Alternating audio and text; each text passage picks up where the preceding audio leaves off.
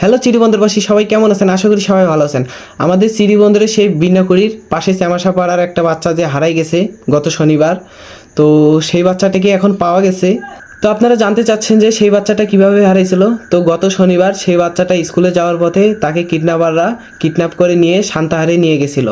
সেইখানে নিয়ে গিয়ে বিক্রি করে দেওয়া হয়েছিল। তো যারা তাকে কিনেছিল তারা তাকে বস্তায় ভরে টেনে ছাদে করে রাখছিল।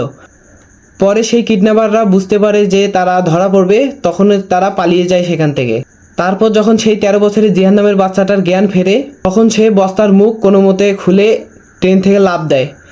লাফ দিয়ে যে জমি বাড়িতে পড়ে, যে জমি বাড়িতে পড়েছিল সেই জমিতে লোক ছিল, তারা তাকে দেখে বাসায় নিয়ে গিয়ে ওষুধ খাওয়াইছে, খাবার খাওয়াই। তার ব্যাপারে শুনে তার হাতে 300 টাকা দিয়ে তাকে সান্তাহার স্টেশনে এসে ট্রেনে চড়াই দিয়ে পার্বতীপুরে পাঠায় দেয়। সেই সান্তাহার স্টেশন থেকে সোজা পার্বতীপুরে চলে আসে, পার্বতীপুর থেকে আমাদের বেলতলি বাজারে চলে আসে।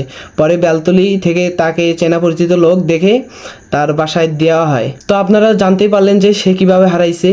তো আপনাদের বাচ্চাদেরও আপনারা দেখে শুনে রাখবেন, সচেতনভাবে রাখবেন, যাতে পরবর্তীতে এরকম ঘটনা আর না হতে পারে। তো সবাই জানতে চাচ্ছিলেন যে এই ঘটনাটা কিভাবে ঘটছিল, তো আমি দিয়ে দিলাম।